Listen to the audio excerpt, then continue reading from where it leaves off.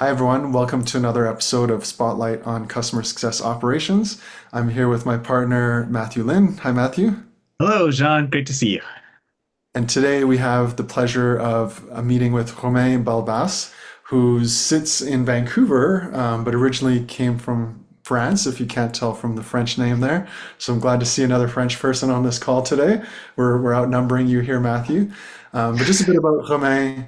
He started his career in customer success as a CSM and eventually kind of found his way in customer success operations.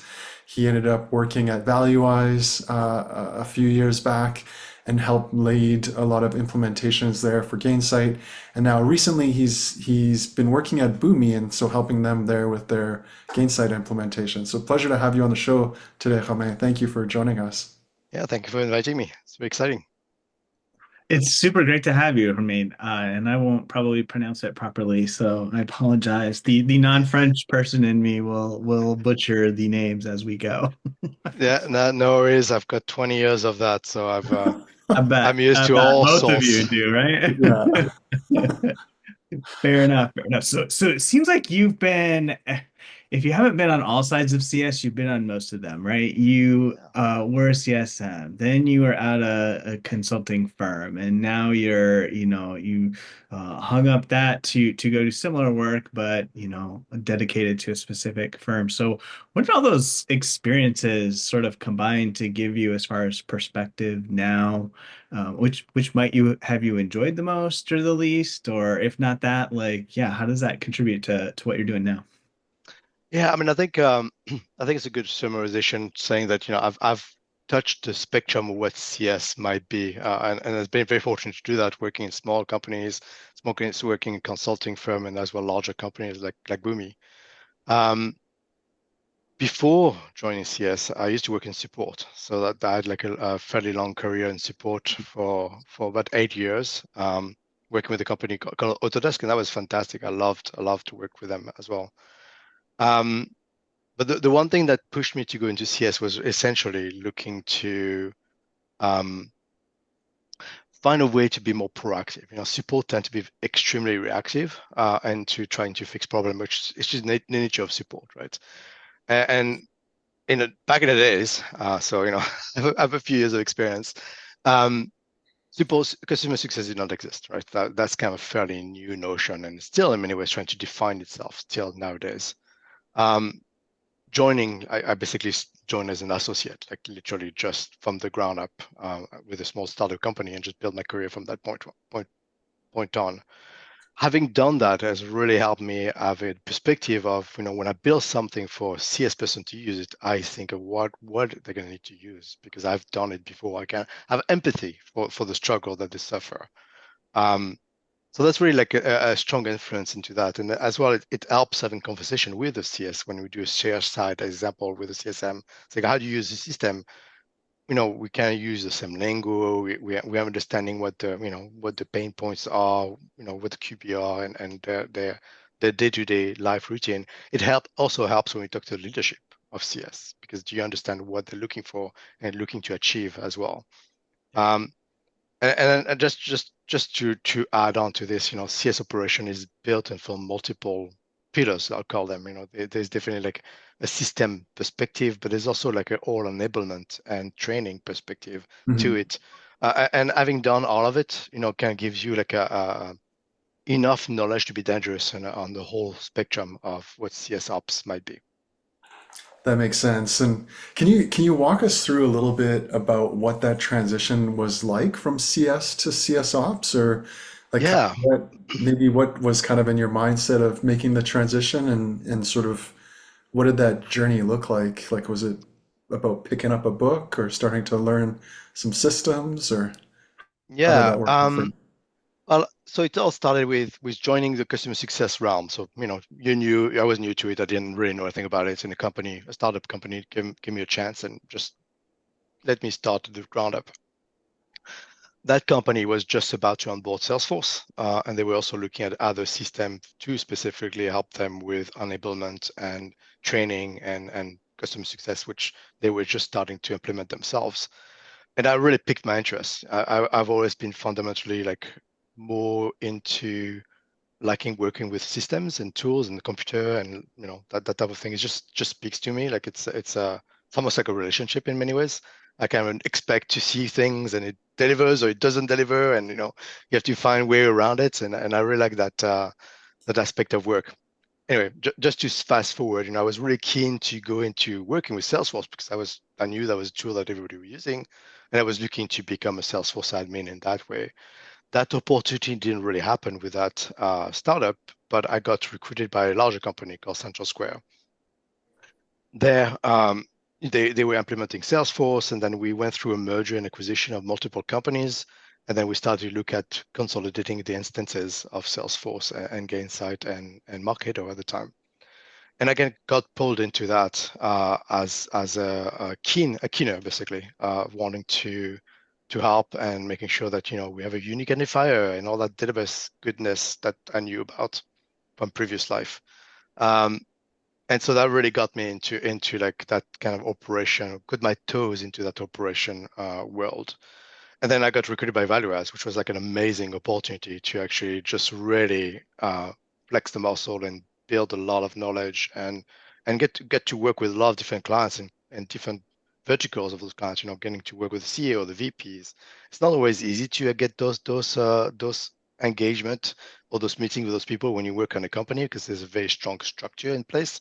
But as a consultant, you get to walk in and basically just all the doors are open. So that's a fantastic opportunity for anybody that looks to go into consulting, I should say. Um, and then from that on, it just took off. Like I just got my Gainsight certification and got to learn more about customer success specifically and post sales, and just develop my career from that point on. It sounds Yeah. like there's like a theme there of just like throwing yourself at it and getting keen and just being able to learn and explore. Yeah. Yeah, I think you have to be willing to take a little bit of risk. Like I think it's inevitable, right? And so you have to get out of your comfort zone a little bit. Because I mean, you could just stay where you are and then ultimately you just do what you know how to do, but then you don't get exposure to like talking to a VP as an example. This is an eye-opening, right? It's like if you talk to somebody and obviously they have a ton of experience, but they also don't know everything. And they're willing to tell you they don't know everything. And then it becomes a conversation and it becomes natural, right? And it's not about like, oh, I'm that much junior from you in comparison, and my salary is so much smaller. It's about like, let's have a conversation and let's fix a problem. Mhm. Yeah, I love that you're sort of coming at it from all angles, and being able to say there's a technical thing going on here, but there's also a business thing going on here. Yes. And I think CSOps being able to wear both of those shoes simultaneously equals success. Yeah, definitely. And I think it's always interesting where there's a strong barrier of entry of knowing how to use a system, whatever system it might be. So be it Gainsight, Salesforce, Churn Zero, any system, and you have to learn to build to be effective with it. But often that's not the hard part. The hard part is the human part. It's the business part, right? Where we're having a business problem, we need to figure out, whatever it is, like we need to have an adoption matrix for our clients. Adoption is what is the definition of adoption? It's not just a click, it's not just to log into your system. It's about like it has to be like some sort of calculated metrics of this and this and this makes engagement and good looks like this, right? And you have to have those conversations. And each company will have something slightly different.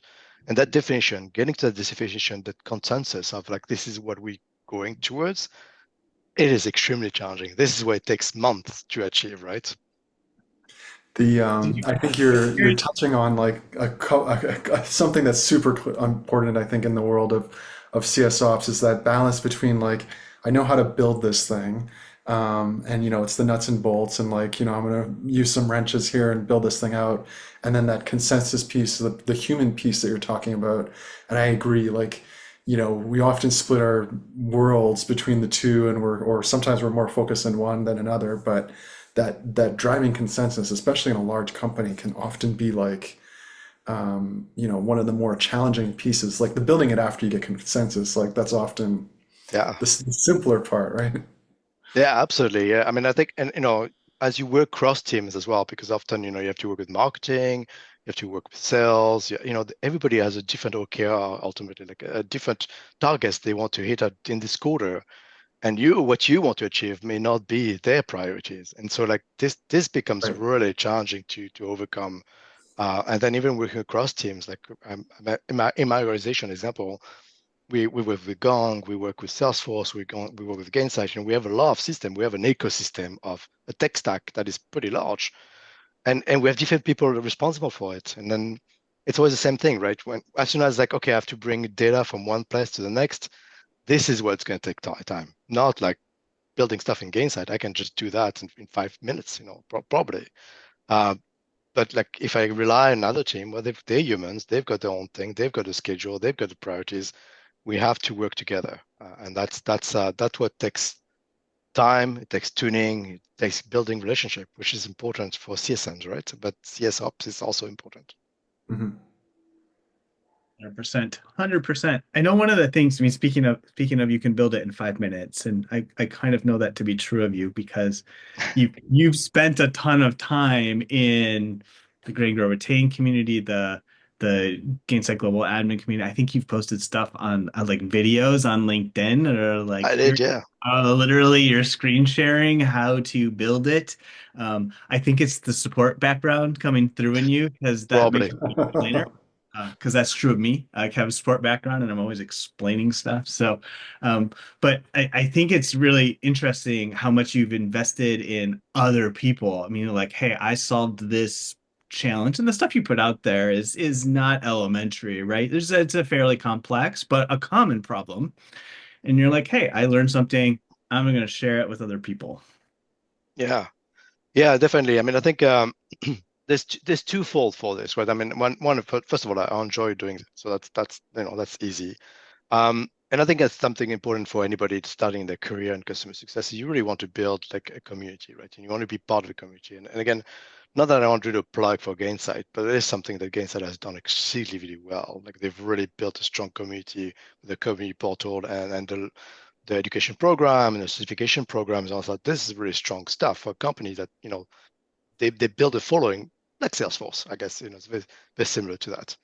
And then participating in that community helps you develop relationships with other peers and learning from them. Because I mean, I learn stuff every day, and I've worked with Gainsight for 5 years, and I still don't know everything. And things change all the time. And it's like just today, I was thinking, oh, there's a new homepage. I've not looked at it for 2 years, and it's like it's right there.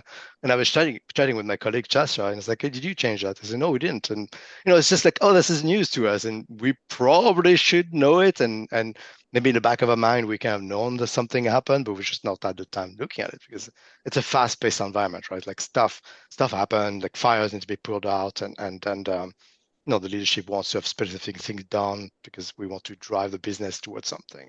So you don't get to like just relax and just watch things happening. You discover things all the time. Yeah. One of my favorite phrases, and I'm going to give a shout out to Jeff Moore, who's still at IBM, and I worked with him there. And he said this to me one day, and I loved it ever since. He said, Gainsight is a group project.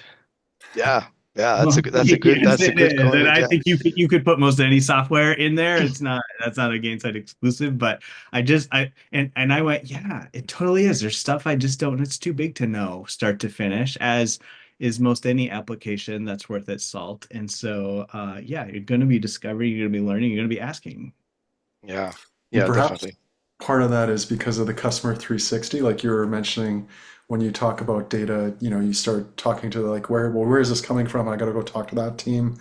It's almost like maybe tech agnostic in a way, because like I'm working through a customer 360 problem now, and it's not Gainsight, but like it's kind of the exact same experience at the end of the day, because you're sourcing, you're meeting with these people and trying to figure out like, where, how do we get this data from there to over here and centralize it and whatnot. So, but yeah, I totally agree that Gainsight has definitely built a very, very strong community with the people that are in the product. So, tell us like just maybe a couple tips for the audience. Like we often say like we love to help the next generation kind of get into the field, and you've been someone that came from support CS. those are great seeding grounds for people that are hopefully going to be joining operations one day. Any tips, or what would you say to someone that's sitting in support or customer success today and maybe thinking about a career in operations? Um, I think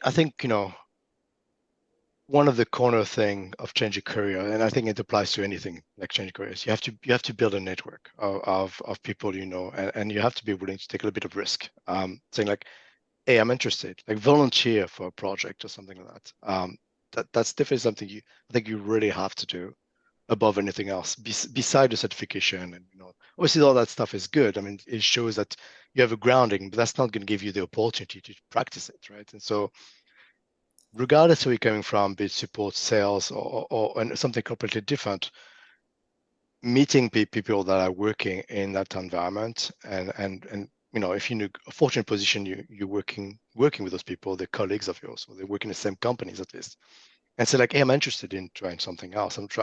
I've noticed this problem statement, and I could see this use case to be a way of resolving, and like to be part of the conversation, or be part of the project. I think that risk taking is something that you have to get out a bit of your comfort zone and just try it out and make yourself available. I mean, it's maybe it's a terrible analogy to say that, but it's a bit like dating, right? I mean, you have to put yourself out there in some ways, because otherwise people will not know you. And especially true in large companies where you're just an employee of 3,000. I mean, you may be brilliant, and you probably are brilliant, but people won't know you exist if you don't Yeah, put yourself out there, right? I agree with that, and I think we mentally like create a big mountain out of that, but in CS, from what I've found, like most people are super friendly. And Yeah, so the benefit yeah, is like I've never had the experience where someone said, go away, like, stop reaching out. Because I tend to serial network, and most often people their doors are wide open, even though they don't know a thing about you or know who you are. So just yeah. get out there and ask. It's true. I mean, and case in point, I think to work in CS, you have to have a degree of empathy, right? And so that right there, that helps everybody that works in CS has some degrees of empathy and can appreciate that, well, that person is asking me for a question, referral, like, how did you do something? And most people in CS, if not all CS, will be willing to actually engage at the very least, even if they're not able to help. Mhm.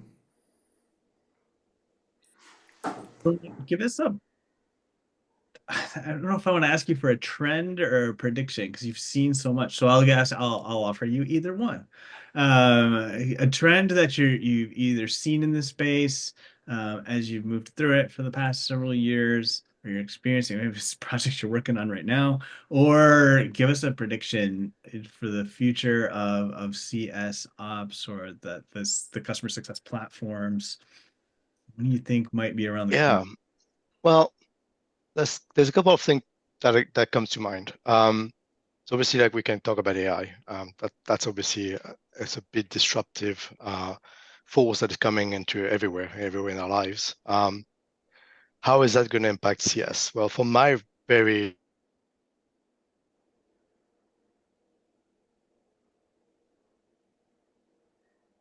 We lost him. Oh, I think the AI heard us talking about it. I think we did. I'll cut this part out, but oh, sorry, Romain, we lost you. You mentioned oh, AI and it shut you down. The bots were okay. like, stop talking about us. Okay, so to go back to what I was saying, yeah, there's a few things I can see a trend setting, and one of them is AI and what to do with AI ultimately. From my perspective, from CS perspective, looking at the tools and systems, we have vendors like Gong, Salesforce, Gainsight, even Zoom. They all are coming up with their own AI solution. Um, But now we have like 4 different tools, depending on which tool you're using, you're gonna have a different AI flavor. Um, and so that creates a segmentation, a perspective from a customer success perspective, of you, the AI is telling you something about the customer. Hopefully Gainsight tells you the same thing, and hopefully Salesforce tells you the same thing, but maybe not. And how do you know they're telling you the same thing? And I'm really, really fortunate that, working for Boomi, this is a problem statement that we're looking to fix, where AI agents speaking to each other, as opposed to telling to human directly, and the AI agent coming to consensus to tell us everybody the same thing ultimately. So that's kind of the things where, there's a lot of work that needs to be done in that space specifically. But another thing I think is the technology that we have is amazing. Like, it's super powerful. You can do almost anything you want with it. The struggle is like, what is too much? What is not needed? Because you can, as an example, create views and layers of data, um, that might be helpful at one time, but not next time. It's only or useful for one person, not everybody, right? And so the struggle is like, how do you become surgical in your operations? Saying like, this is what we really care for our customers. The rest is maybe good background knowledge, but it's not what's going to drive uh, our business. That makes sense. Is there any AIs that, like, as you guys investigate that problem, is there any AI that you guys have been finding more useful or more beneficial, Um, helping like CSM productivity? None of them are great yet. That's what I'll say. They all have their shortcomings. It's fairly new. I mean, I think a lot of Yeah. CS vendors that we're working with are catching up to what ChatGPT put out there like a few years ago. We're still catching up on this, right? And so I think there's a lot of room for improvement still. There's a lot of promise, and a lot of it is data dependent. And anybody that work in CS operation knows. I have not seen one company with great data, like perfect data. It's a constant struggle. If you have an AI agent that relies on your data, well, that's first you need to fix your data, and that's a huge mountain to overcome for most Yeah. companies. I agree. And it's almost like there's like this race that's happening for like who's going to have the ultimate, I don't know, the ultimate supreme AI that trumps them all or whatever. But it feels like, I don't know, I don't know, like we're just going to have 100 bots sitting around and helping each other. And I don't know if you guys are able to connect them all, that might be interesting. But it's like That's the so many plan. Yeah. voices at you just like saying like, oh, the customer's upset. Oh, the customer is not upset. Oh, like, it's Yeah. like, okay, what do I do? Yeah, you almost need a console of AI, right? Just like go figure out to tell me what it is really the reality, and then run all the background information and all that stuff. But you can't have too many voices, and I think the most risky thing is different teams have different voices, and that's something we want Right. to avoid, right? Like, we want sales and CS to be in unison to where a customer, whatever that customer is going and going towards. Is it going to churn or not churn? Like, it's important for both teams to have the same data point, right? Yeah. And that question is like the ultimate question. Like, is the customer going to churn or at risk? And even my dog is quite interested in the topic, apparently. But yeah, like the opportunity for multiple people having a different perspective on whether the customer is going to churn, like that's to me where the forefront of this like all collides because someone's waving the red flag, like, oh my God, this customer's a risk, and they're I don't know, all breaks loose, and then the other team is like, no, they're not. Look, all these things point to nothing, and so we're just back to this sort of sorry, back to this sort of just nobody has the same information. All right, something really exciting is going on over there. Yeah, I The know. AI bots are all talking to each other, and Jean's Is dog is on the case. I love it. maybe the dog's name is Churn. Maybe, maybe. I hadn't given thought to the idea of the AI agents, or whatever the vocabulary is, speaking with one another. So I think we're certainly, I think, deeply involved in the world where there are AI agents sort of feeding us information, especially like meeting summaries or pattern finding. But yeah, I'm curious to see what happens if the agent starts connecting somehow with each other, and then are they starting to make decisions or discern patterns? That will be a fascinating exercise to watch. Or it's a, slowly it's take over the world as well. yeah, it sounds very dystopian, right? I mean, it's for sure. Well, but that's I think inevitably going to have to, from a CSOps perspective, when you work at a tech stack and everybody's providing an AI, either you choose one or you ignore everything else, or you use everything, and then but you have to have some sort of consensus from an AI perspective at that point. Very interesting topic. Yeah, looking forward to seeing what happens in the years to come. It's only been a couple of years, so we'll see what more innovation happens. So, it's been an absolute pleasure, Romain, to have you on the show and just to kind of dig in. You're someone that I've seen or I met a while ago, many moons ago, and it's been a pleasure just watching your career. So, appreciate the journey that you've been on, and appreciate just you coming here and sharing this with our audience. So, thank you. No, thank you very much. It was great to have a chat. I mean, as you know, we all like to nerd out about CSOps, so it's any opportunities, count me in. Awesome. Awesome. Great to talk to you, Romain.